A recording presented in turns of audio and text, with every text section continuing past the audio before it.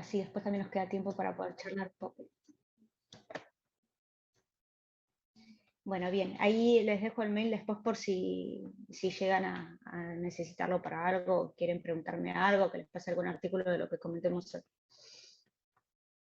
Bueno, un poco solamente para hacer introducción, ¿cuál es la situación actual que hay hoy en el mundo, ¿no?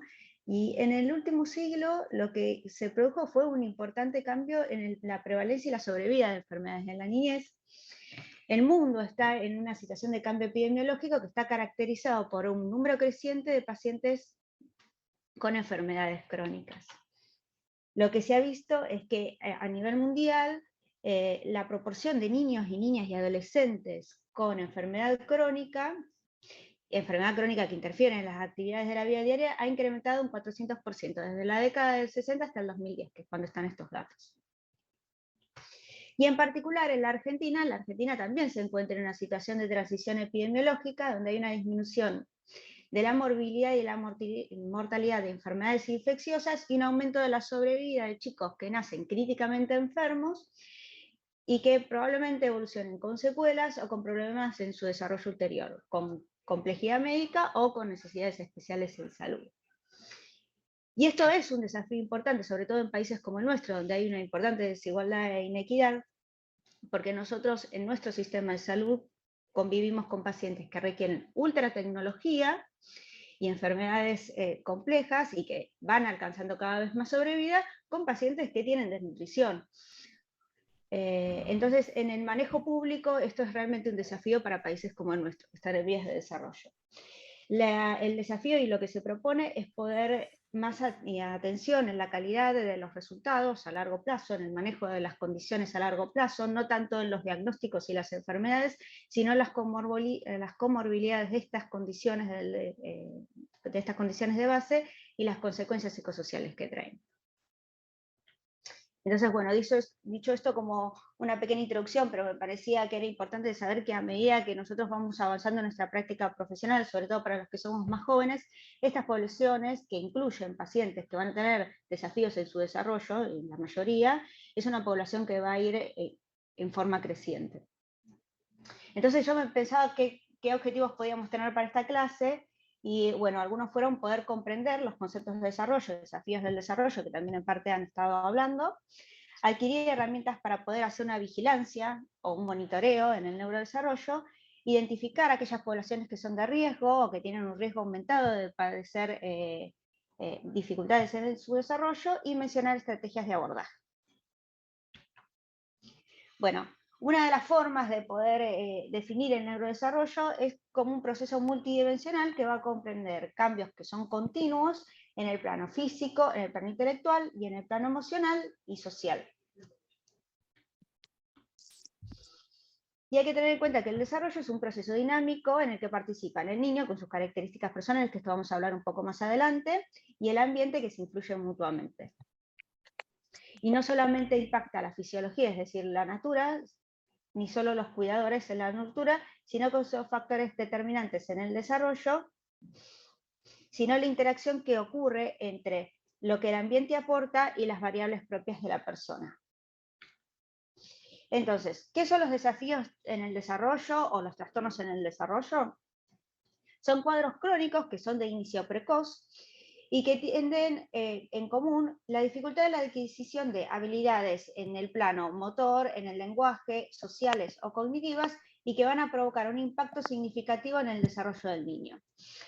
Ahora bien, en particular, cuando hablamos de desarrollo, tenemos que pensar qué es un impacto significativo, ¿sí? ¿Qué es lo que significa un problema para el paciente? Y tenemos que entender el desarrollo como un espectro que va desde condiciones que únicamente pueden implicar condiciones leves, que pueden implicar únicamente características propias del individuo, hasta discapacidades del desarrollo, en donde si no se ponen los apoyos que son necesarios, pueden restringir la participación en la sociedad. Entonces, esto siempre hay que pensarlo como un espectro, no es como nos sucede en otras áreas de la salud, donde nosotros podemos decir este chico tiene o no tiene hipoacusia, o tiene o no tiene una neumonía. En el desarrollo lo que tenemos que pensar es en qué momento eso produce una limitación para lograr una plena participación en la sociedad. Jessica, perdón que te interrumpa. Sí. No sé si al final estás presentando ya el Power o querías esperar porque no estamos viendo nosotras la presentación. Ah, bueno. Yo estaba arrancando, bárbaro, y pensé que les estaba compartiendo. A ver, Sí, por perdón, eso. ¿eh? No, pero me acuerdo que lo habías intentado presentar antes. A ver, acá. Uy, ahí está. Estas cosas tecnológicas no son para mí y se me hace un nudo. A veces es más fácil cuando estoy yo con mi computadora, pero acá en el hospital no me quedaba otra. ¿Ahí lo ven? No, ahí está, ahí está. A ver. Todavía no lo vemos. Ahí está. Que tengo que poder elegir la computadorita. No lo estamos viendo todavía, pero antes lo logramos. Quizás, no sé, probar a ver si sos Sí, ahora host le llamo vuelta. ahora le llamo al chico si no puedo yo, a ver. Porque no me da la opción. Bueno, perdón que los demoro. Ahora aguarden un segundo que voy a pedir a ver si. Listo. Bueno, sin el apoyo visual, pero más o menos les muestro el apoyo visual de lo que estaba diciendo. Bien, los objetivos y bueno, hablamos sobre desarrollo. Bien, y esto, entender el desarrollo como un espectro, ¿sí? En donde no hay un punto de corte, en donde qué es un problema y qué no es un problema, sino lo que nosotros siempre tenemos que evaluar es cómo eso interrumpe en la participación, ¿sí? Hay algunos que lo definen que empieza a ser un desafío, un trastorno cuando causa sufrimiento. Es otra forma de verlo. Bien. Entonces, para que nosotros, como personal de salud, podamos identificar qué pacientes tienen desafíos en el neurodesarrollo, todos los pacientes, aquellos que tienen factores de riesgo y que no tienen factores de riesgo, deberían estar dentro de la consulta de la salud sobre un esquema de vigilancia o de monitoreo. Entonces, vamos a diferenciar un poco qué es vigilancia, pesquisa y evaluación, que seguramente ustedes muchos ya lo saben, pero solamente para recordar estos conceptos. Vigilancia es el proceso de reconocimiento de aquellos chicos que podrían estar en riesgo de tener un trastorno del desarrollo. La pesquisa lo que hace es identificar, o sea, refinar qué pacientes tienen riesgo de presentar una patología en el desarrollo, y en la evaluación que se hace por especialistas se busca identificar diagnósticos específicos, ¿sí?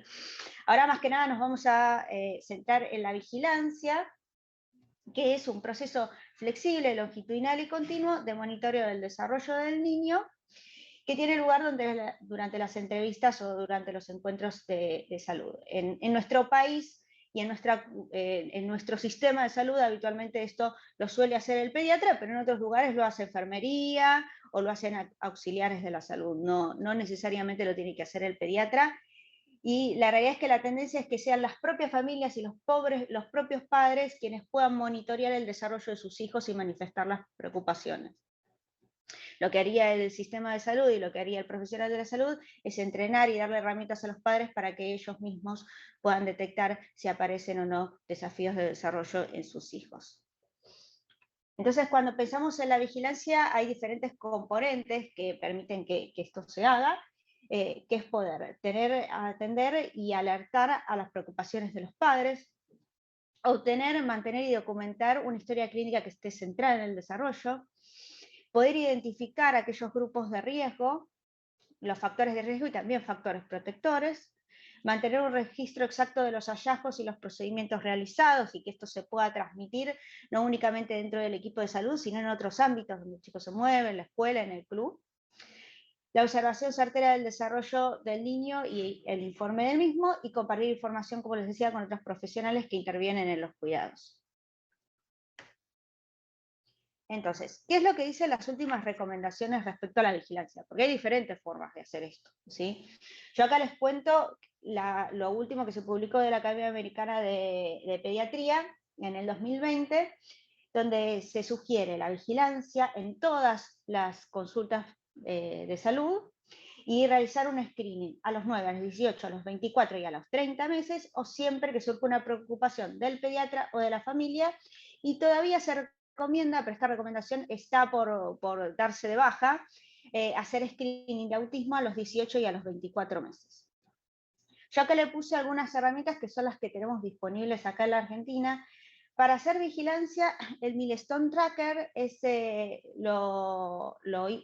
armó por la CDC, salió en el 2020, está la traducción en español, se pueden bajar o en PDF, digamos, para poder imprimirlo y dárselo a las familias, o también existe una app que se baja en el celular también en español.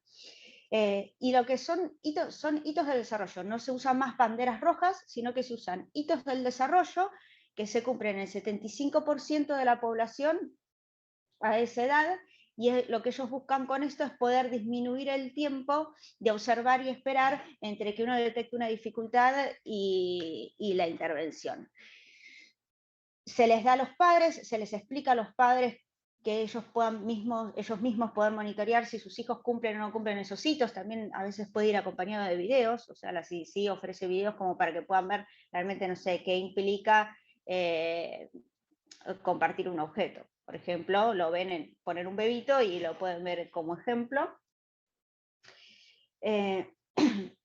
Y bueno, un poco la idea es esto, que los padres o los profesionales de salud de forma rápida puedan hacer un checklist si están cumpliendo o no están cumpliendo con estos hitos. Como es el 75% de la población que lo cumple, es decir, hay un 25% de la población que va a ser sana y que todavía no va a alcanzar esos hitos del desarrollo, lo que se sugiere es que cuando hay algún hito que no cumplen, usar alguna herramienta de screening. Y otro instrumento que es el que ofrece el Ministerio de Salud, de acá de la Nación de la Argentina, es el IODI, que es el Instrumento de Observación del Desarrollo Infantil. Que es algo similar, digamos, están los hitos y uno va marcando y aparece cuando está en naranja o en rojo como alerta.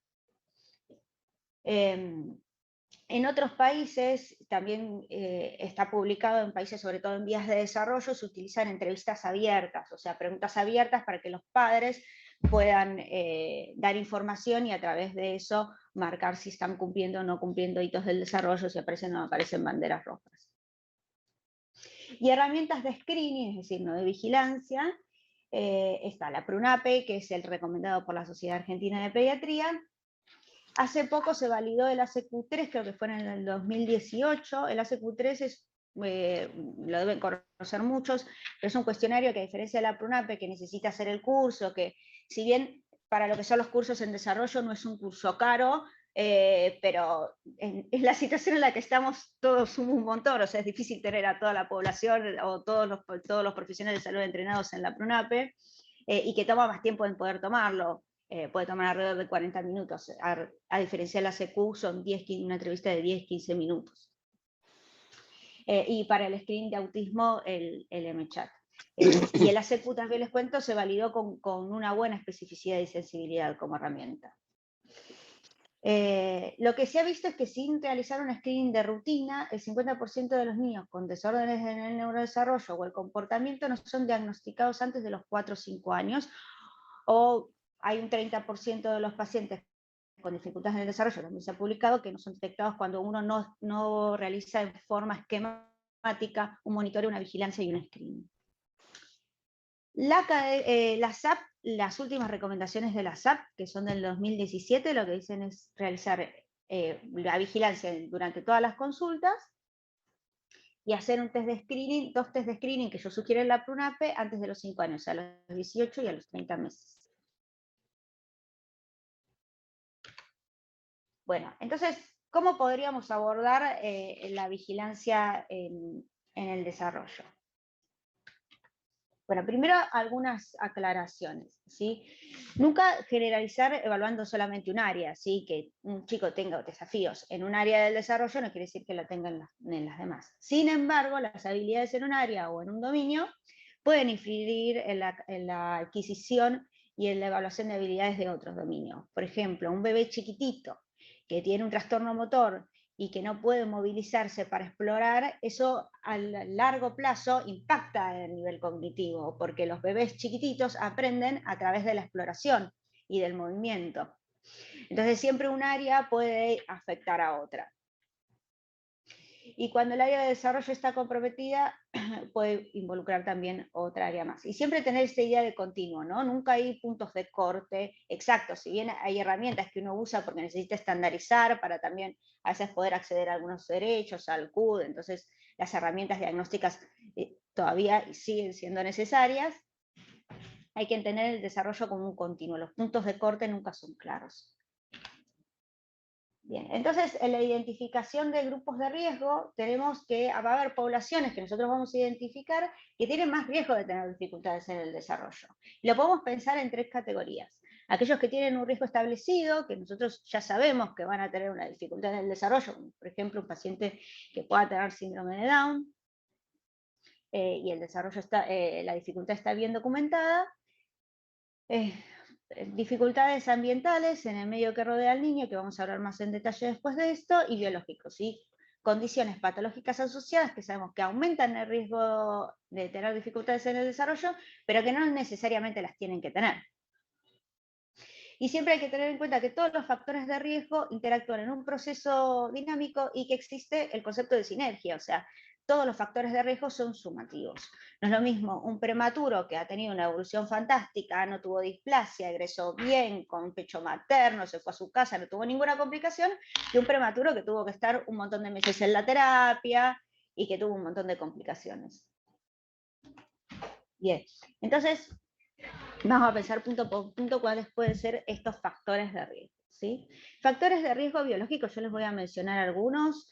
En la etapa neonatal, sobre todo las convulsiones neonatales, malformaciones del sistema nervioso central, cirugías mayores en la etapa neonatal, y esto incluye pacientes con gastroquisis, hernia diafragmática, pacientes con atresia de esófago. Todos los chicos que han estado intervenidos con cirugías mayores en la etapa neonatal tienen riesgo aumento de padecer dificultades en el desarrollo, pacientes con ABCAM menos de 5 a los 5 minutos, pacientes con encefalopatía hipoxicémica, pacientes con prematurez, sobre todo aquellos menores de 32 semanas y de 1.500 gramos, y dentro de los pacientes de prematurez, el riesgo aumenta si ustedes escuchan que han tenido displasia broncopulmonar severa, ROP que necesitó láser,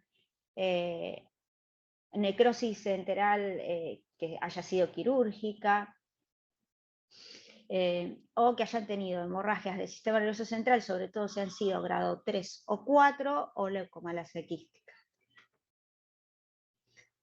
Y factores de riesgo familiares, bueno, padres o madres adolescentes, sobre todo menores de 15 años, clima educacional bajo, medidas directas o indirectas de pobreza, aislamiento social, situaciones de abuso de violencia, y factores comunitarios como la ausencia del acceso a servicios de la salud, dificultades en el acceso a insumos, y en el marco político-cultural, políticas de distribución de recursos que no sean equitativas. También tenemos que pensar que dentro de estos factores de riesgo pueden aparecer factores protectores, como por ejemplo, factor protector biológico es la lactancia materna, o que hayan podido hacer apego correcto, o el método canguro que se utiliza mucho también en neonatología. Familiares, tener una familia continente, comunitarios, tener servicios vecinales o en la contención de los clubes, y en el marco político y cultural, la asignación universal por hijo, el CUT, estos son factores protectores también. Bueno, entonces, esto seguramente ya lo debieron haber visto alguna vez. Esta es la teoría ecológica de von Fernbremer, que es del año 79, que se reversionó un montón de veces, pero que todavía sigue vigente, y que habla cómo el desarrollo del individuo a través de diferentes áreas lo van influyendo y lo van modificando e impactan en su desarrollo cognitivo, emocional y social. Y él lo describe o lo caracteriza según la cercanía que estos sistemas tienen al paciente, mesosistemas, exosistemas y macrosistemas. Se ha estudiado un montón cómo impacta el ambiente, sin embargo todavía hay muchísimo por investigar, pero sí se sabe que, por ejemplo, eventos adversos en la infancia, eventos de estrés importante, pueden afectar ese cortisol alto, pueden afectar el sistema neuroinmunoendocrinológico y puede afectar la estructura del sistema nervioso central y afectar también otros sistemas. El bienestar está muy relacionado con la pobreza y sobre todo con la inequidad, el bienestar a largo plazo, el bienestar en salud.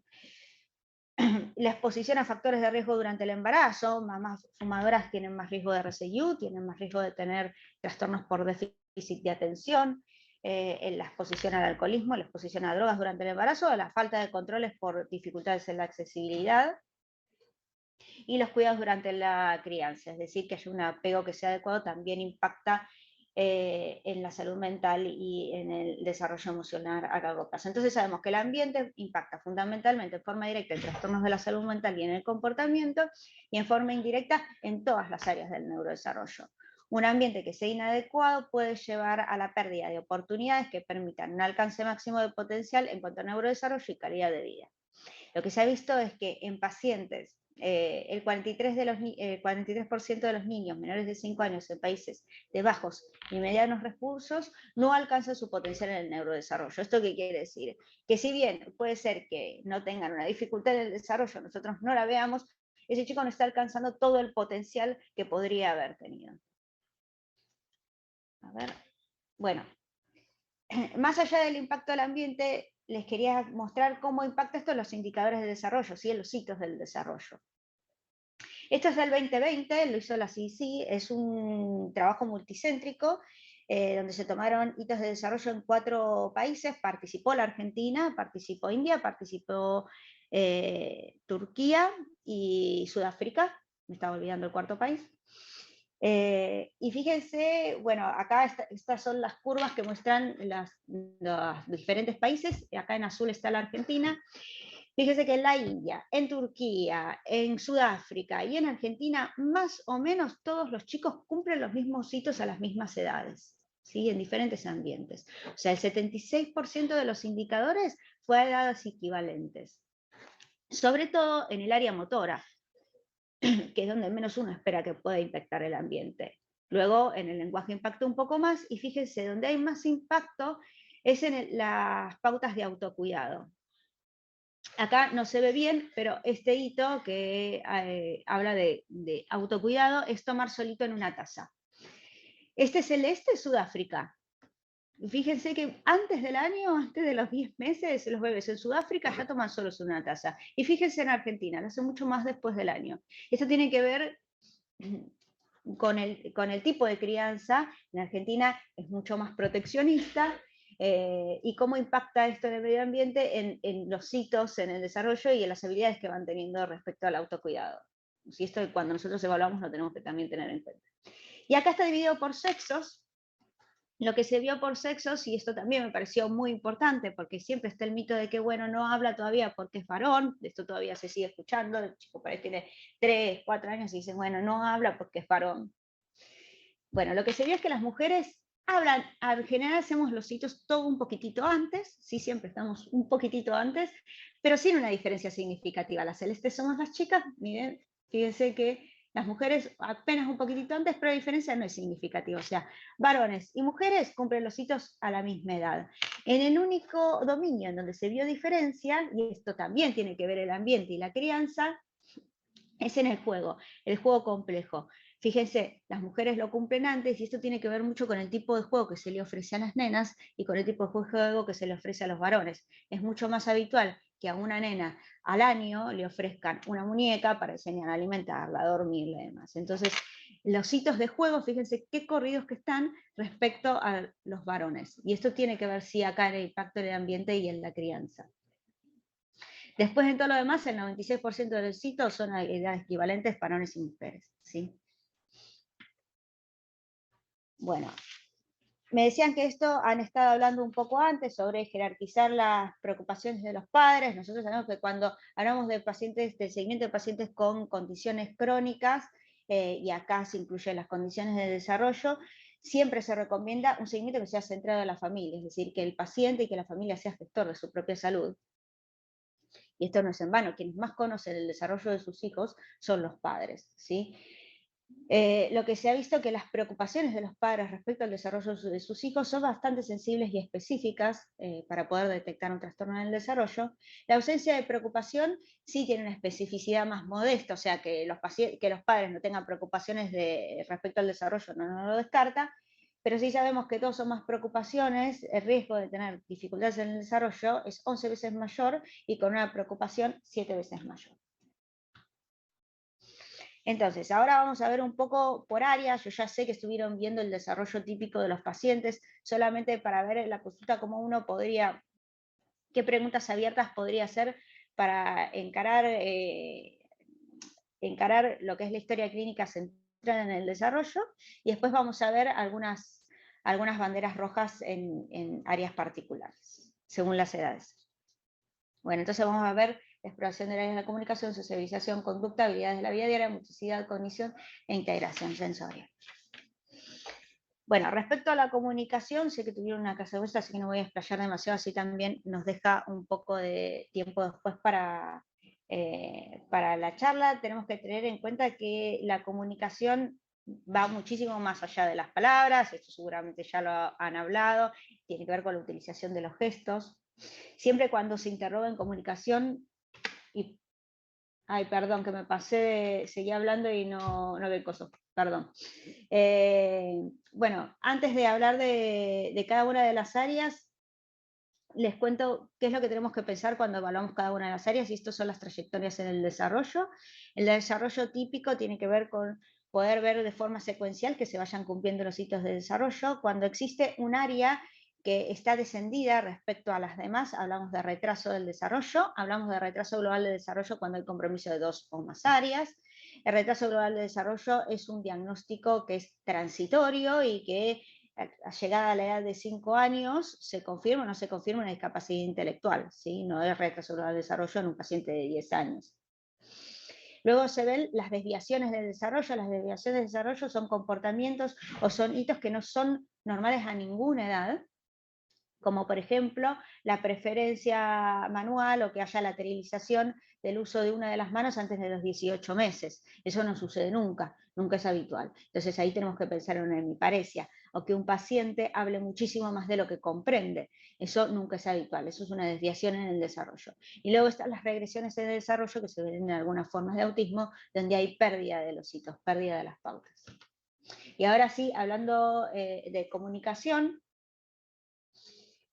sugerimos algunas preguntas abiertas que podrían hacerse. Es, por ejemplo, ¿cómo identifica lo que él quiere? Yo esto lo hago más amplia, la típica pregunta de cuando quiere algo, ¿cómo te lo pide? Porque acostumbradas nosotras trabajamos con pacientes con discapacidad y no todos tienen comunicación intencional, ¿sí? Entonces, ¿cómo identifica qué es lo que quiere? Si le muestra cosas que llaman la atención. Respecto al lenguaje expresivo, destacar cuáles son las dimensiones, que esto si estuvieron viendo algo de comunicación, quizás ya lo han charlado. La dimensión fonológica, o sea, cómo pronuncia los fonemas; semántica, el sentido de las palabras; gramática, cómo confecciona las oraciones; y pragmática, el sentido y el uso adecuado del lenguaje. Indagar a nivel verbal sobre cuántas palabras usa el paciente, si existen frases, si arma oraciones. Uno espera que para el primer cumpleaños más o menos pueda decir 3 o 4 palabras, y esperamos frases de 2 palabras para los 2 años. Luego, cómo responde en cuanto al lenguaje receptivo, cómo responde a órdenes, si responde a una orden simple con ayuda gestual, el dame al año; a los 16 meses que pueda entender órdenes simples sin apoyo, y a los 24 meses que pueda entender 2 órdenes seguidas. Y el uso de gestos, ¿sí? El saludar con la manito para los 11 meses, el protoimperativo, es decir, poder señalar para pedir o poder señalar para mostrar algo que es de su interés. Y siempre se pone en relevancia la atención conjunta, que esto está mezclado también, es la base de la comunicación y está asociado con la sociabilización. La atención conjunta, que es poder atender con una misma persona sobre un objeto, compartir la atención con otra persona sobre un objeto. Esto empieza a surgir alrededor de los 6 meses, y se puede ver cuando el bebé empieza a seguir con la mirada del adulto, cuando el bebé agarra un objeto y te lo muestra, o en chicos más grandes cuando directamente agarra y dicen, mirá. ¿Sí? Bueno, en el área de socialización, ¿qué cosas podemos preguntar? Bueno, ver cómo es la integración de la mirada con los gestos, si tienen cómo es la calidad de la mirada, si tienen mirada egoísta, si se interesa por otros chicos, cómo se integra con otros chicos de la misma edad en diferentes ámbitos, sin indagar en el jardín, en la escuela, cuando van a la plaza, cómo es ese acercamiento a otros pares. y cómo expresa afecto a otros niños. Si ese afecto puede ser que no exprese afecto por otros niños, que tenga conductas agresivas o que pueda ser desde niños. En cuanto a las áreas de la cognición, ¿qué cosas se pueden preguntar? Bueno, en primera infancia evaluar la cognición es difícil. No da mucho rédito las evaluaciones estandarizadas en primera infancia sobre el nivel cognitivo. A medida que los chicos van creciendo, se va volviendo muchísimo más estable, pero siempre son de ayuda a las escalas estandarizadas. ¿Cómo podemos evaluar el nivel cognitivo en un bebé chiquitito, en un bebé menor de 2 años? Y a través del juego. Entonces preguntar a qué juega, cómo juega, qué tipo de juego tiene, si es un juego manipulativo, si es un juego funcional, si empieza a aparecer algunos signos de juego simbólico después del año, y cuando son más grandes ya juegos de roles por turnos o reglados, si el juego es organizado, si el juego es variado o es sistemático siempre sobre una misma cosa. El lenguaje es un buen predictor del desarrollo intelectual en el futuro y la capacidad de resolución de problemas también. Bien. Bueno, respecto a la conducta. En la conducta a veces se puede volver algo difícil porque a los 2, 3 años, todos los chicos empiezan a experimentar la sensación de la emoción de la frustración y muchos lo llaman la adolescencia de la infancia, o sea, entre los 2 y los 3 años todos los chicos hacen berrinches.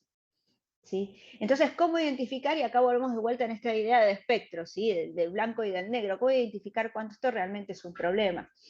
Y yo digo siempre cuando es un problema para la familia, o sea, cuando la familia dice que limita en sus actividades diarias, la familia no puede ir a comer a lo de una tía porque se queda tirado en el piso y no se puede quedar sentado, no puede ir a la plaza porque se enoja y siempre es todo un escándalo y cuesta mucho, no puede ir al jardín porque se queda tirado en el piso y no lo pueden hacer entrar. Cuando pasan gran parte del día, más de 3 horas diarias en tratar de calmarlo, cuando esos berrinches son muy largos, cuando aparecen agresiones, heteroagresiones o autoagresiones, puede pasar que a veces un chico chiquito le haga un cachetazo a un nene, pero si esto es una conducta que es continua, bueno, ahí ya empieza a ser un problema, ¿sí? Las agresiones con los compañeritos. Entonces, preguntar como pregunta abierta cómo se porta, si tolera los cambios, cuando tenemos que salir de la plaza o cuando hay que cambiarnos para salir, si las rutinas son difíciles de modificar, que tengan rutinas muy estructuradas. ¿Qué pasa cuando uno le dice que no?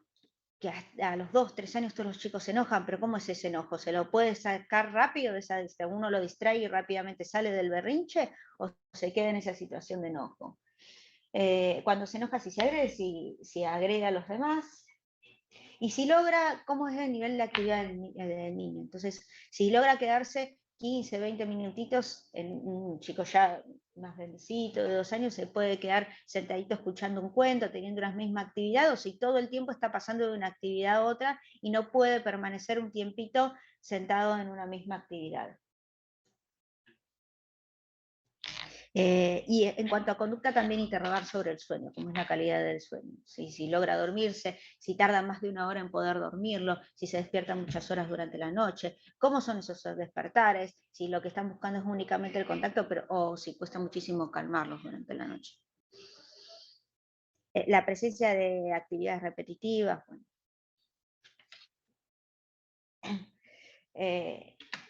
Sí. Bueno, en cuanto a las actividades de la vida diaria, hay que preguntar, bueno, una pregunta grande es, ¿cómo fue el día de ayer? Si ayer fue un día habitual y que describan cómo fue todo el día. Entonces ahí uno puede ir viendo cómo son las actividades que van cumpliendo en la vida diaria, cómo son las rutinas, si existen rutinas, porque muchas veces no existen rutinas y las rutinas son fundamentales para poder regular la conducta y para el aprendizaje. Entonces que puedan describir cómo es un día habitual, cuáles son los ritmos, las actividades cotidianas, cómo es el dormir, cómo logra conciliar el sueño, si lo logra conciliar solo, si se despierta mucho durante la noche, cómo es el comer, si es muy selectivo, si logra comer solo, si es irregular con los horarios, si controla o no controla esfínteres, si puede hacerlo solito, si tiene conductas retentivas, interrogar un poco sobre la integración sensorial, y la capacidad de regulación y organización ante los estímulos sensoriales, y cómo responden a los estímulos sensoriales. Si son chicos que no pueden estar descalzos, o al contrario, necesitan estar descalzos y tocar texturas que no les moleste el piso caliente o que no les moleste el piso frío, que busquen sensaciones extremas, que se pongan mirando el televisor boca abajo para buscar un estímulo sensorial visual, que busquen tocar las cosas cuando caminan por la calle, que tengan mucho gusto por los juegos físicos de revolear, de mover, o al contrario, que no toleren la calecita, que no se los pueda tener a UPA, que no se los pueda amacar porque ese movimiento les genera mucho disconfort. Cómo son las actividades del baño, si toleran el cepillo de dientes, cómo es la alimentación también en cuanto a la integración sensorial, si toleran diferentes texturas o si le dan el puré y hay un pelito o un grumito ya no lo quieren comer. Bien, y en el área de la motricidad, en cuanto al desarrollo motor, que en general es lo que en pediatría clásicamente más se explora, pero digamos es una parte así chiquitita del desarrollo. En cuanto al motor grueso, pensar qué posiciones adopta, ¿sí? Nos tiene que alarmar si un paciente no logra sentado a los 9 meses, no logra sostén cefálico a los 5 meses, o que presente las asimetrías, que presentan lateralización en el uso de las manos cuando son chiquitos, antes de los 18 meses. Tenemos que pensar que pueda aparecer, que pueda ser una hemiparesia, ¿sí? Siempre hay signos de parálisis cerebral que más se han detectado en la consulta pediátrica, y esto fue estudiado también, es el no sostén cefálico a los 5 meses, la falta de sedestación a los 9 meses y la asimetría antes de los 18 meses. Eso nunca es normal.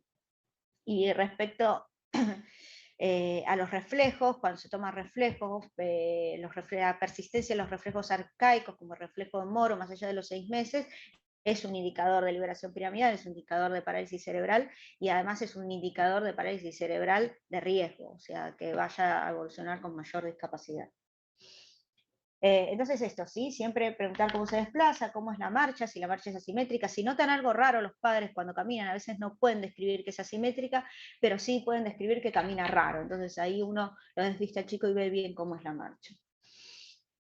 Y respecto al desarrollo motor fino, cómo manipulan objetos, que empiezan a manejar la pinza digital para objetos pequeños a los 9 meses, la perfeccionan a los 12, ¿cómo agarran el lápiz? Entonces preguntarles, ¿agarran el lápiz en puño al año? ¿Empiezan a agarrar con pronación a los 2?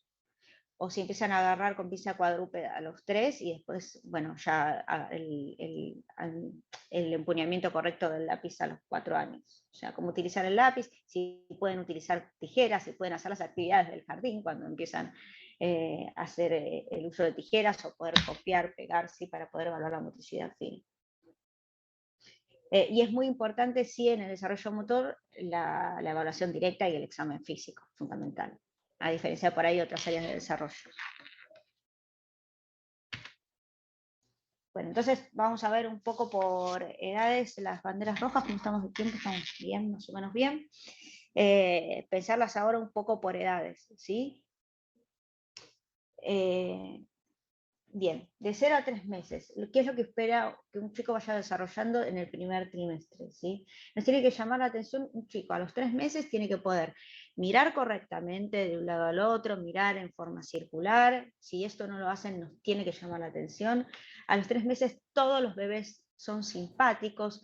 Que un bebé a los 3 meses no empiece a sonreír, no se ponga simpático, puede ser un indicador de TEA o a veces de discapacidad intelectual, que un niño no sonría.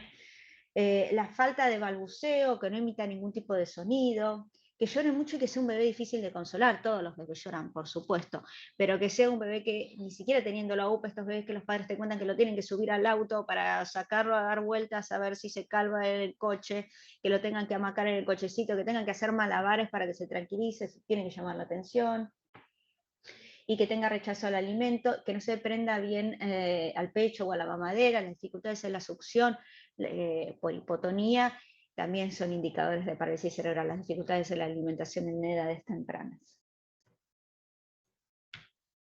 Bien, a los 3, 6 meses, que un bebé, les decía, tenga más de 5 meses y aún no sostenga la cabeza, siempre esto es un indicador de riesgo.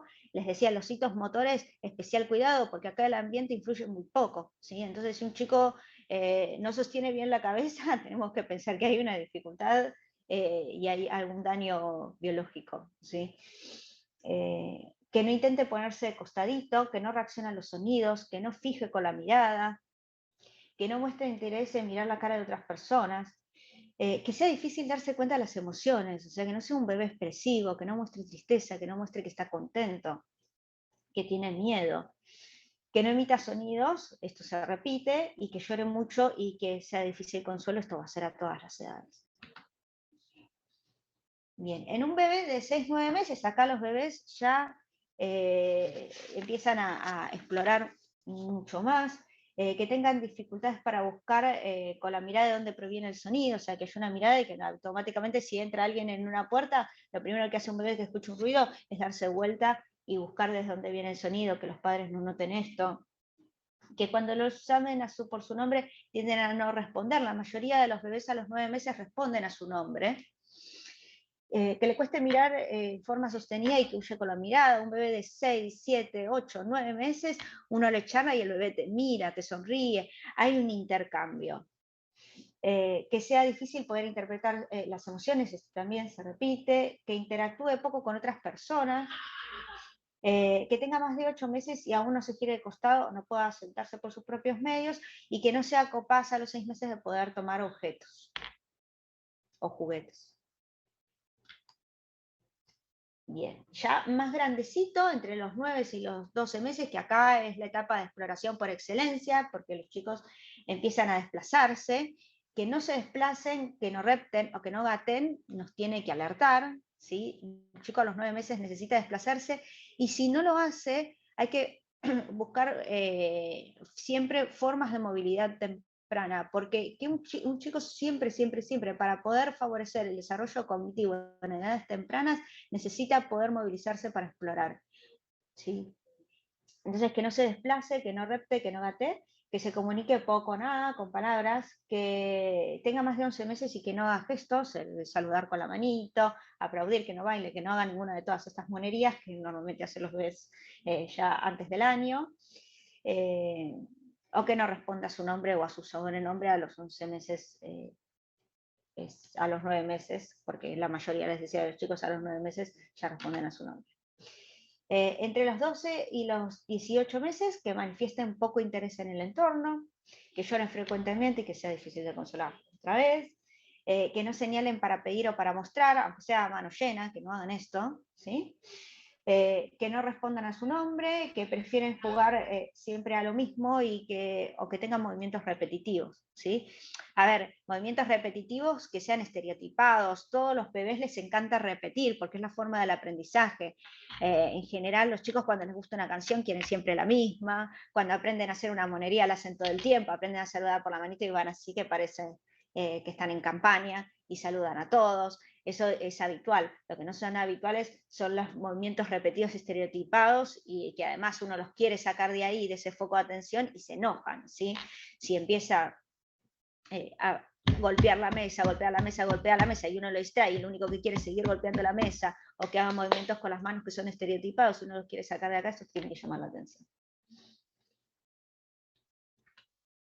Bueno, entre los 18 y los 24 meses, que manifiesten poco interés por el entorno otra vez, que lloren frecuentemente, que sea difícil consuelo, que no logres señalar para pedir o mostrar, que tengan más de 20 meses y que no caminen de forma autónoma, que no respondan a su nombre, que jueguen siempre a lo mismo y que no tengan un juego variado, o que coman de forma muy selectiva. ¿Sí? El nene ya grandecito de 18, 24 meses que solamente come texturas que son suaves y dulces. ¿Sí? Eso es lo que, en cuanto hay problemas de la alimentación, es lo que más típicamente se presenta. Bueno, y en cuanto a banderas rojas, entre los 2 y los 3 años, que tengan pérdidas de interés en el juego, que tengan caídas frecuentes, ¿sí? A esta edad uno ya espera que los chicos tengan una marcha más estable, que tengan dificultades para manejar objetos pequeños, que no comprendan mensajes sencillos, ¿sí? Que no comprendan pedidos sencillos, que muestren poco interés en los alimentos, que no exista lenguaje, digamos. O sea, no hablamos de lenguaje únicamente hablado, porque a veces hay muchos chicos que a los 20 meses no hablan, son habladores tardíos, no tienen ningún desafío en el desarrollo, pero son chicos que están súper comunicados, que se comunican a través de gestos, que sonríen, que van, que buscan, que entienden bien. ¿Sí? Esto no es lo mismo que un chico que no tiene ningún tipo de comunicación. ¿Sí? Que nos puede ir imitando y que acerca los objetos para poder verlos. O sea, el nene que explora las cosas muy de cerca, que busca ese estímulo sensorial, agarra algo y lo mira y lo mira y lo mira, agarra el cochecito y agarra la ruedita y la gira y la mira, inspecciona las cosas muy de cerca, eso también es algo que puede llamar la atención.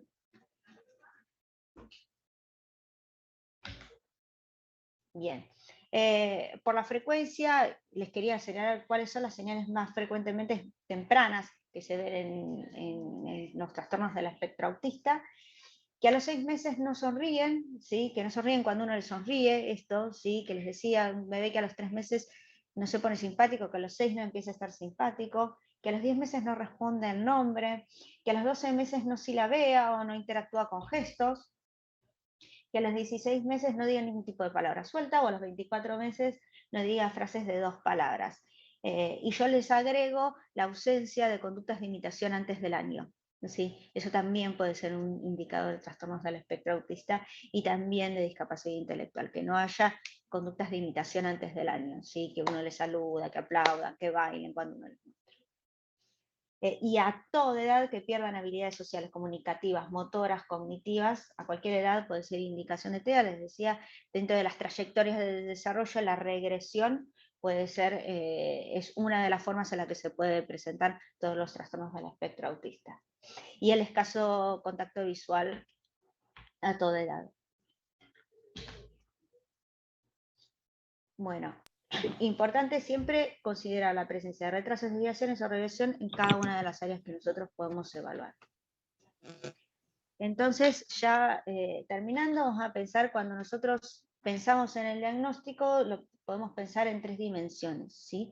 El diagnóstico categórico, que es el diagnóstico que está en la CIE-10, si un paciente es autista o no es autista, el diagnóstico etiológico, cuál es la causa de ese desafío, que no siempre se da, y el diagnóstico más importante, que es el funcional, ¿sí? Ahora vamos a detallar cada uno de estos. Bien, el diagnóstico categórico, hablamos de los manuales, ¿sí? El DSM-5, el CIE-10, bueno, ahora está el CIE-11 que salió ahora.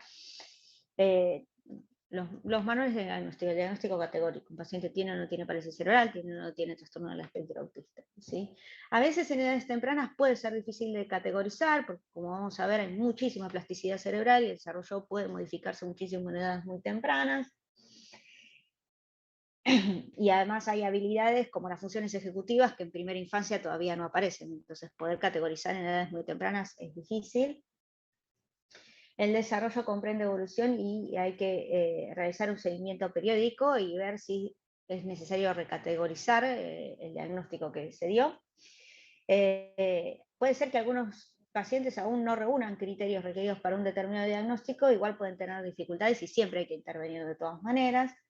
Y siempre se puede convivir con más de un diagnóstico categórico, digamos, un paciente puede tener trastorno del espectro autista con o sin discapacidad intelectual.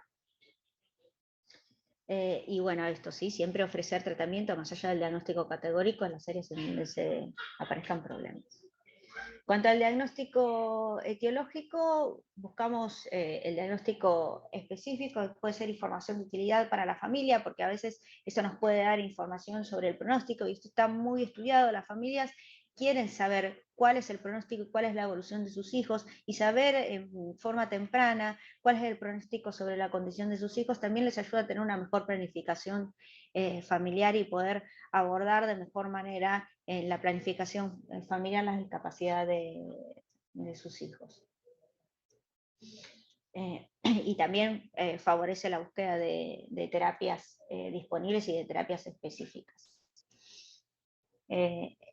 En la práctica, poder hacer el diagnóstico etológico va a poder depender de la severidad. Patologías más severas es más fácil que podamos encontrar un diagnóstico etiológico. y de la tecnología disponible, ¿sí? Porque muchos estudios genéticos no están disponibles acá en nuestro país como para poder hacer un diagnóstico etiológico. Y no siempre uno puede poner un rótulo, ¿sí? A veces la etiología es desconocida. Respecto a exámenes complementarios, solamente señalarles, ¿no? Cuando uno pide exámenes complementarios, porque muchas veces tienden a cargar a las familias de un montón de exámenes complementarios que muchas veces no son necesarios ni van a cambiar la evolución. Entonces, focalizar cuándo nos pueden servir algunos exámenes complementarios, y a veces se pueden hacer y a veces no, digamos. Esto puede facilitar, pero cuando no se hace uno no tiene que agarrarse la cabeza, no pasa nada. Acá lo importante es el diagnóstico funcional y que se pueda abordar el tratamiento a través del diagnóstico funcional, ¿sí? Pero, por ejemplo, ¿cuándo está indicada una resonancia? Una resonancia está indicada cuando nosotros tenemos un diagnóstico neurológico que es patológico, cuando hay un antecedente de riesgo que nos habla de que puede haber una lesión en el sistema nervioso central, o cuando hay micro o macrocefalia. En esos casos, asociado a una discapacidad intelectual, porque a veces hay microcefalia y uno ve todas las torches, estuvo todo bárbaro y no hace falta, a veces puede ser una microcefalia familiar y que no hace falta hacer ninguna resonancia, ¿sí?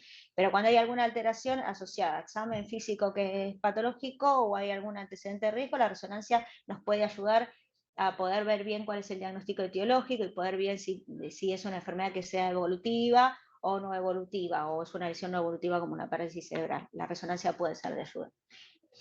El electroencefalograma en autismo está indicado únicamente en aquellos pacientes que tienen antecedentes de convulsiones o que tienen familiares con antecedentes de convulsiones. No se le pide electroencefalograma a todos. Y después los estudios genéticos pueden ayudar principalmente a las familias a darles consejería de qué posibilidad de recurrencia tienen de esa condición del desarrollo particular o de esa condición de salud. Entonces, en ese sentido es información valiosa para la familia. Y en la discapacidad intelectual se pide habitualmente X frágil y microarray cuando hay posibilidad. Si acá en el hospital se manda a hacer afuera en algunos casos, pero hay que mandarlo a hacer en el exterior, digamos. Entonces no es de accesibilidad para todos. Bien. Estoy pensando a ver si me estoy olvidando de algún estudio complementario que pueda ser relevancia, pero es simplemente eso, ¿sí? Pasa muchas veces que, bueno, ni hablar cuando no le quieren dar el pulpo porque no tiene la resonancia, una locura. ¿No? Pero, bien. Bueno, y respecto al diagnóstico funcional, que es el más importante, hablamos de un perfil descriptivo en las áreas donde hay problemas, ¿sí? Las debilidades, y donde es capaz de un manejo independiente acorde a la edad, ¿sí? Donde hay fortalezas. Se define además la severidad y el grado de afectación. Bien, el estado funcional, sí, ¿qué es lo que un chico es capaz de hacer? Es lo que más nos importa para poder hacer las intervenciones, ¿sí? Porque las intervenciones en un paciente, y sobre todo en pacientes pequeñitos, las hacemos a través de las fortalezas, ¿sí? Uno, el entrenamiento en adquirir nuevas habilidades, siempre se van a abordar a través de las fortalezas. Entonces siempre es importante poder describir en la historia clínica qué es lo que ese chico puede hacer, no únicamente las deficiencias, ¿sí? ¿Qué son las cosas que son capaces de hacer? Y luego poner en qué áreas puede tener dificultades. Hay escalas funcionales que se pueden utilizar. Bueno, yo en parálisis cerebral, por ejemplo, utilizamos la función motora gruesa para poder describir de mejor manera qué es lo que el chico es capaz o no es capaz de hacer.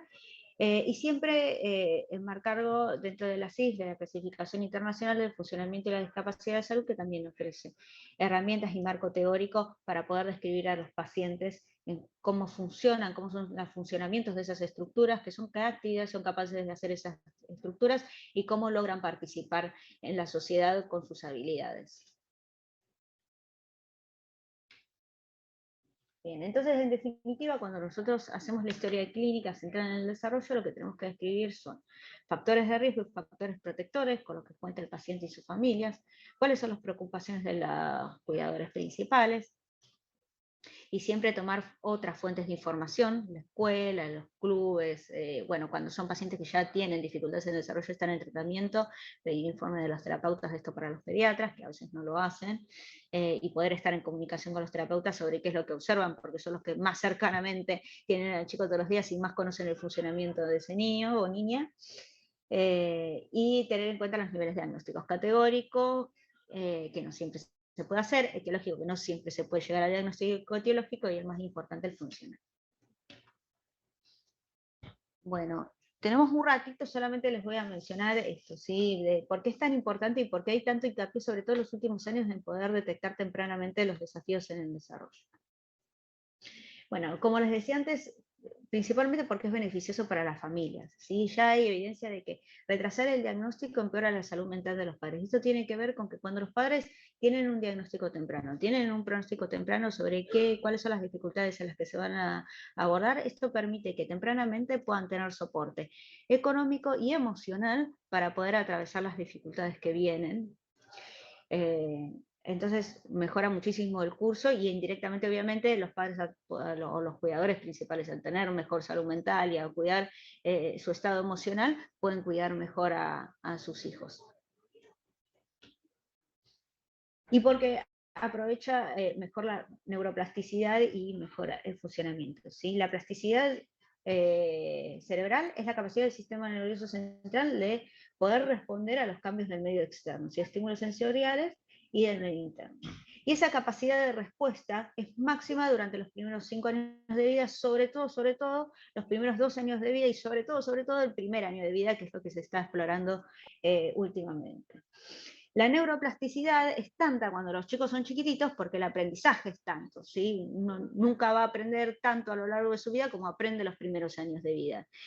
Y esa neuroplasticidad que permite el aprendizaje es lo mismo que justifica que la rehabilitación sea tan efectiva y se permite el reaprendizaje en etapas tempranas. Está surgiendo evidencia, y yo les puse esta, pero hay un montón escrito, sobre ensayos clínicos, sobre cómo la intervención temprana e intensa, o la ausencia de la intervención temprana e intensa, puede restringir ganancias motoras y cognitivas del bebé. Se sabe que tras una lesión, cuando no se interviene, o sea, el bebé no empieza a utilizar esa área del cerebro que fue dañada en forma activa, esa lesión se hace permanente. En cambio, cuando se interviene de forma muy temprana, esa lesión mejora muchísimo en la funcionalidad a largo plazo. Bien, entonces el fin último de la intervención temprana es poder inducir en forma temprana la neuroplasticidad para poder lograr alcanzar el potencial del desarrollo del paciente con daño en el sistema nervioso central a través de la rehabilitación o de la habilitación en el caso de los chicos chiquititos. Bueno, ¿cuáles deben ser las características de una intervención temprana para poder potenciar esta neuroplasticidad? ¿Qué es lo que se está estudiando últimamente en bebés muy chiquititos, antes de los 2 años? Es que las intervenciones basadas en entrenamiento aprovechan la plasticidad de la experiencia. ¿Qué quiere decir esto?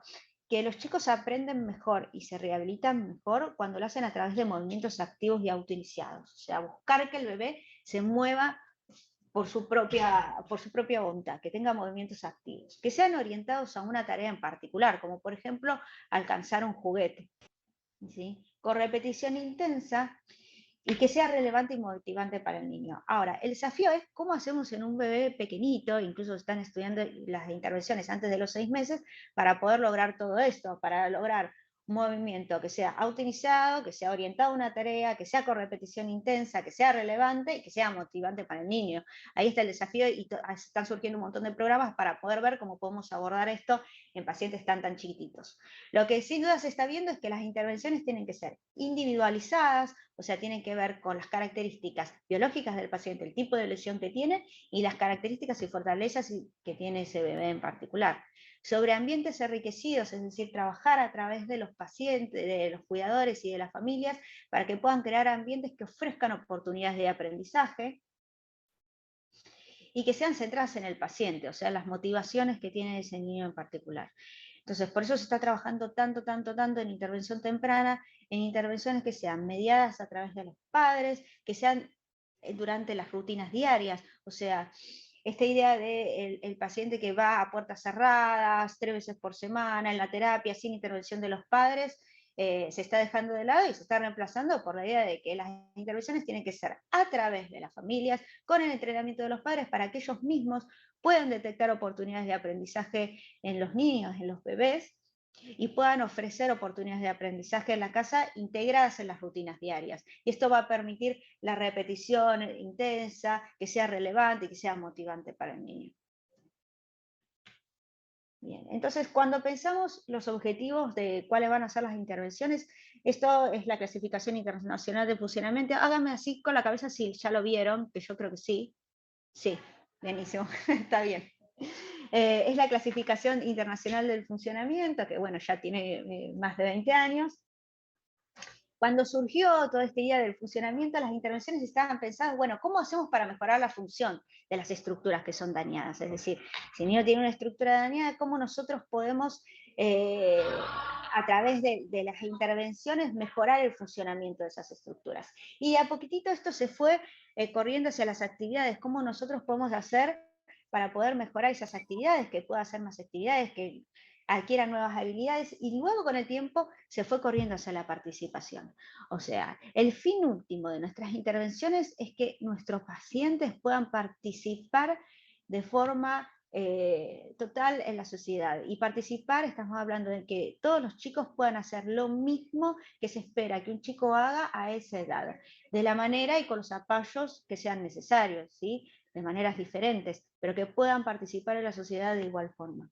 Ese es el objetivo último de las intervenciones. Bueno, ya estamos terminando. Esto es lo último. Cuando pensamos en los objetivos tienen que ser planificados con las familias, según las preocupaciones de las familias. No se puede intervenir en todo a la vez, entonces hay que priorizar objetivos. Los objetivos tienen que ver, bueno, sobre todo con los intereses propios de la familia, cuando hablamos de bebés muy chiquititos y de intervención temprana, cuando son chicos más grandes, que los chicos puedan decir, yo quiero aprender a andar en bicicleta, yo quiero poder ir a un cumpleaños, yo quiero poder tener amigos, ¿sí? Entonces las intervenciones tienen que ser dadas, los objetivos los pone la familia y los pone el paciente, y nosotros asesoramos en esto. Los objetivos tienen que ser específicos, porque si no es como que uno se pierde de la intervención y es un montón de cosas y terminamos en nada. Tienen que ser medibles. Entonces, si yo lo que quiero es que poder salir a comer con el nene, bueno, ¿qué es lo que vamos a hacer? Vamos a lograr en tanto tiempo que se quede sentado en la sillita media hora para poder comer en familia, ¿sí?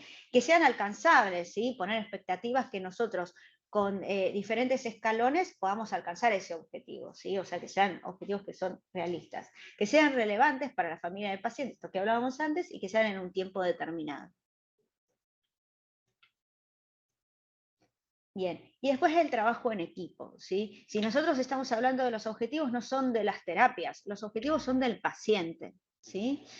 Entonces, primero lo que tiene que haber en el equipo terapéutico, quien coordine, tener un objetivo que sea integral, que sea pautado con la familia. Y después el equipo terapéutico se pondrá en contacto para ver cómo llegar a ese objetivo, ¿sí? Cada uno en su experticia y en su área, ¿sí? El terapista ocupacional trabajará con el uso de las manos y con el posicionamiento, el fonoaudiólogo para que logre comer trabajará la deglución, cada uno con su área, pero sí siempre caminando hacia un mismo lado y hacia un mismo objetivo, porque si no, lo que pasa muchas veces en los pacientes es que muchas intervenciones en un mismo tiempo pueden ser contrapuestas y pueden interferir entre sí.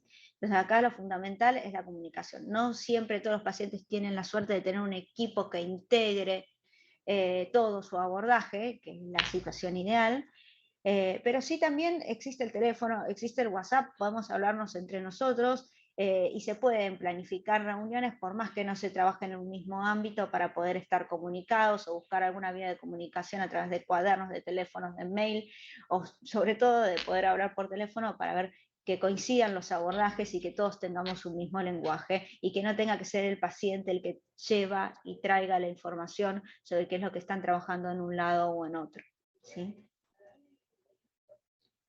Bueno, y con esto estamos, espero que les haya sido de utilidad. Ese es mi bebé, ahí cumpliendo su hito paradito. Bueno, ahora los escucho.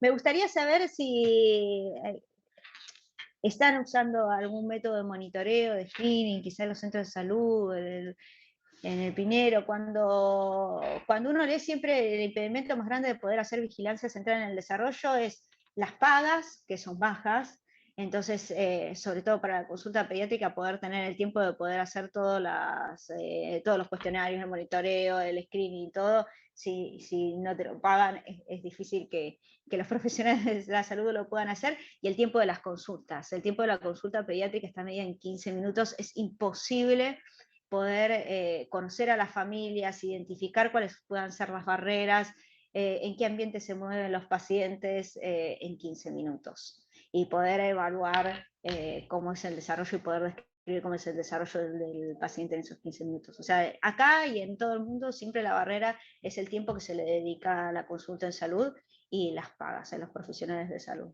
Pero no sé si alguno quiere comentar algo, preguntar algo, pero me interesa saber eso, cómo están abordando la vigilancia. ¿Se podrá sacar de compartir pantalla para que podamos Sí, claro. vernos todos? Ahí está. Ahí sacó, ¿eh? A ver si esta vez me sale. Si no, ¿Se salió lo ahí? puede hacer alguien. ¿Está? Sí, ahí está. Listo. Ok. Bueno, ¿cómo estás? Yo soy una de las coordinadoras del equipo de acá de CESAC, de psicopedagogía. Andrea Scherz, ¿cómo estás? Hola. Bueno, te quería preguntar, volviste a compartir, no sé qué pasó, pero listo. No, ya está. ¿Se salió? Listo. Sí. Sí. Listo. Nosotras somos de un centro de salud, ¿sí? Y nos encontramos a veces con la situación de que en el hospital Piñero hay un equipo de en realidad, sí, hay un equipo de neurodesarrollo. Y bueno, lo que pasa es que lo que estamos viendo es que en general en todos los lugares se hacen evaluaciones o diagnósticos y en muy pocos lugares tratamientos. Entonces tenés el problema de que, bueno, por ahí se envía al niño, suponete, a un centro de salud porque es de la zona de la familia, pero no hay un equipo interdisciplinario que trabaje con discapacidad o que tenga formación porque justamente los centros de salud trabajamos en lo que es prevención y promoción de salud y en primer nivel de atención. Entonces, ahí yo veo un atolladero, no sé cómo lo ves vos desde el Garraham, no sé si ustedes hacen tratamientos ahí, pero hay pocos lugares a donde uno pueda hacer una derivación específica, un equipo que trabaje con esto, así, con conocimiento. Ni hablar, y nosotros estamos en Capital Federal. Nosotros tenemos muchísimos pacientes de provincia que viajan 4 horas para venir al hospital. La realidad es que tuvieran intervenciones acá en el hospital sería recontra impráctico para las familias, tener que viajar para las intervenciones. Además no hay. Lo que sí nosotros tenemos es apoyo de terapeutas que lo que hacen son supervisiones y a través de consejerías se va trabajando con las familias, no en un abordaje de un equipo interdisciplinario como debería ser. A lo largo del tiempo nosotros en el consultorio lo que pudimos hacer es hacer una agenda de recursos y vamos tomando cuando encontramos algún centro que trabaja bien en diferentes zonas y los vamos derivando específicamente ahí y aparte ya nos conocen, entonces eso nos permite mantener diálogo. Pero la realidad es que esto que sucede, que hay una sobredemanda enorme y que no consigan intervenciones, sobre todo ni hablar en provincias, muy difícil, hay zonas que son muy difíciles, no encontrás nada, a veces no encontramos ni pediatra, para que tengan un pediatra cerca de la casa para advertirles, y nada, nos cuesta encontrar pediatra.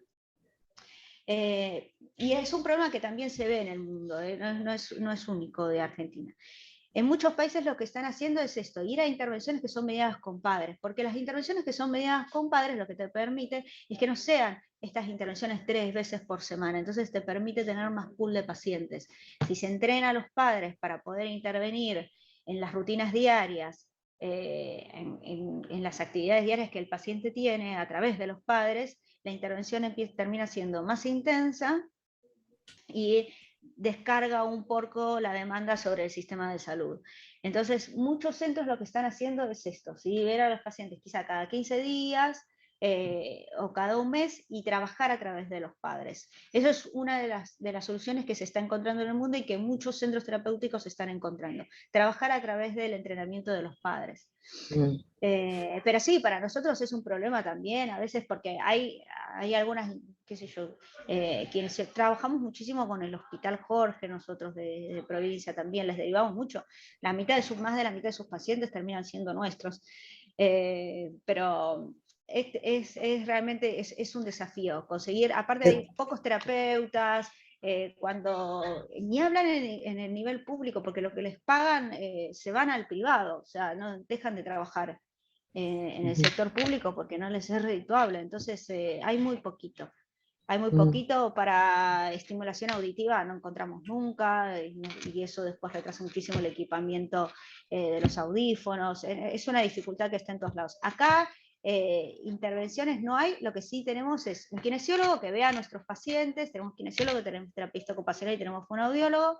Los asesora, por ejemplo, los trastornos de la alimentación y de la alimentación de evolución, que son recontra frecuentes en nuestros pacientes, los ven, los asesoran a las familias y se trabaja muchísimo con WhatsApp, entonces las familias los filman y les mandan el videíto y los asesoran de cómo posicionarlo, de cómo darle, y esa es la forma de poder mejorar el acceso. Pero sí, ese es un problema que está en todos lados.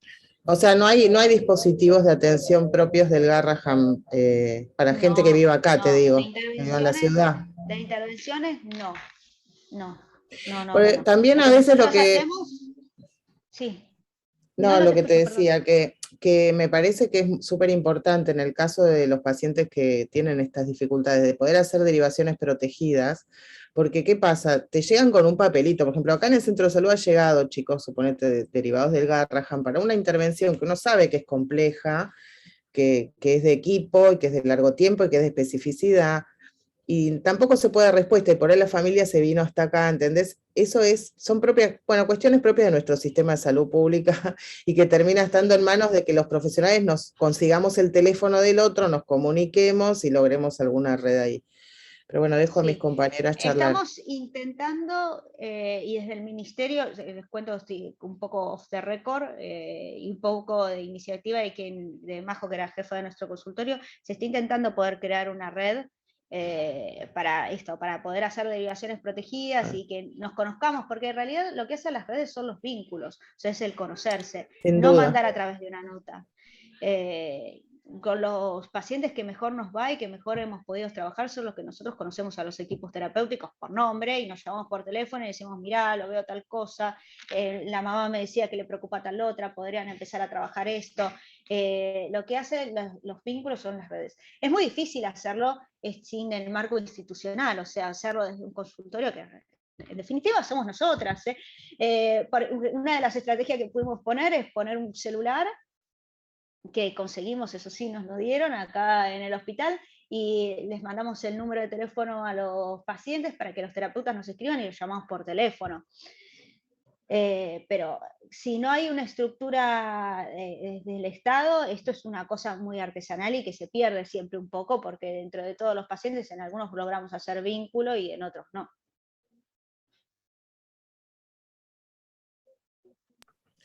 Gracias.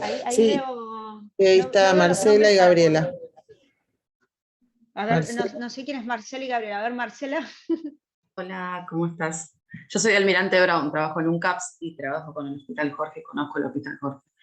Lo que pasa es que el Hospital Jorge atiende solamente problemáticas neuromotoras y chicos que tienen con discapacidad motora, no reciben chicos con desafíos en el desarrollo en otro sentido. Tienen equipos, pero bueno, no es su especificidad y trabajan solo de rehabilitación motora. Yo trabajo en un centro de atención primaria que es específico porque nosotros recibimos muchas derivaciones de ustedes. Es un centro infanto-juvenil en salud mental, lo conocen como Casa TEA sí. Y porque bueno, inició con un programa de TEA, de nenes de atención a niños con trastorno del espectro autista, y después, nada, uno recibe un montón de cosas relacionadas al desarrollo, entonces como que teníamos la demanda de los nenes con trastorno del espectro autista, y además todas las otras cuestiones del desarrollo. Entonces fue como variando, ya tiene 12 años el centro, y la verdad que abordamos un montón de cuestiones y somos un equipo interdisciplinario, debemos ser de los pocos en la provincia, pero sí. Y desde el año pasado, en realidad ya hace varios, siempre con ACUMAR tiene muchos programas que trabajan que capacitan y que forman y que intentan armar red en relación a trabajar el desarrollo infantil.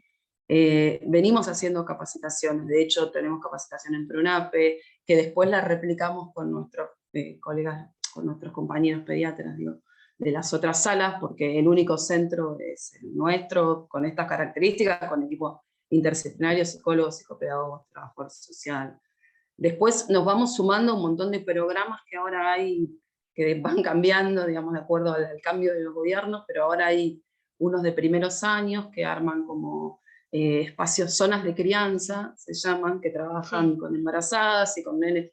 Digamos, son instancias que, claro, lo que tiene que ver con los primeros días, sí. Y bueno, y son instancias que uno va aprovechando y va tratando de hacer, pero es como vos decís, la realidad es que no tenemos, o sea, nunca se alcanza. La atención individual hay que dejar de mirarla un poco en estas instancias, y digamos, con los nenes tan pequeños, porque es muy difícil. Digamos, un hospital de rehabilitación no lo hace, un hospital general no lo hace, el otro hospital tampoco. Entonces, recae, como decía recién Andrea, siempre en los centros comunitarios, en los CAPS, ¿no? Nosotros somos CAPS y ustedes en CABAT tienen otro nombre.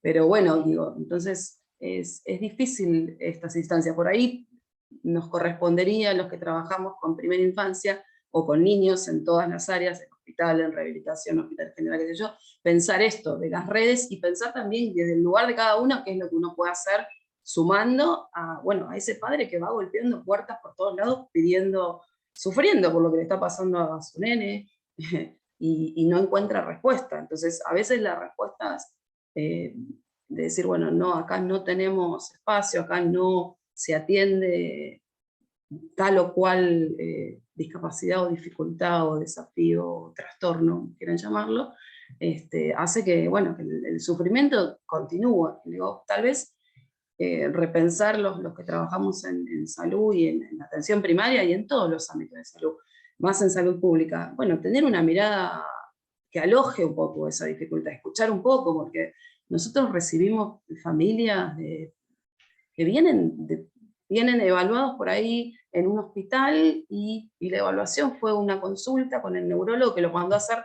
como decías vos también, un montón de estudios, un montón de terapias con cierta orientación, ¿no? Porque también recibimos que piden terapia, TCC, y bueno, digo, por ahí no tenemos la formación en TCC, o no nos interesa y nos formamos en otro, digo, esta cosa de las familias con los papelitos, es como una cosa bastante iatrogénica sería, ¿no? Una cuestión que circula de que dentro no son de los aplicables además. Sí. Es imposible, es difícil, pero bueno, nosotros la verdad es que en nuestra experiencia, como tú preguntabas, bueno, tratamos de todo lo que hay de capacitaciones, lo tomamos, intentamos, el otro día tuvimos, bueno, la PRONAPE, hicimos las certificaciones hace unos años, y ahora, desde el año pasado, están con el tema de la IODI, y bueno, siempre nos están, digamos, como conectándonos con desarrollo, con salud, con los distintos ministerios para estos programas, ir sumando. Pero bueno,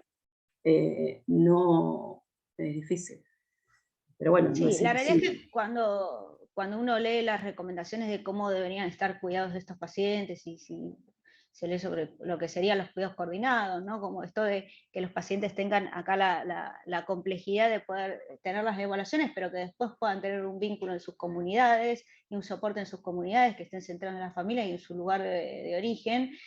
La realidad es que eso, de la práctica de lo que uno puede hacer, está lejísimo. Y lo mismo pasa con las intervenciones. Uno lee un montón de intervenciones que la realidad es que no hay acceso acá a poder hacerlas. Pero a mí me parece que cuando uno sabe cuál es la recomendación y cuál es el fundamento de esa recomendación, ¿no? Puede acercarse un poquitito más, ¿sí? Hay programas que son específicos, por ejemplo, en intervención temprana, GAME, okay,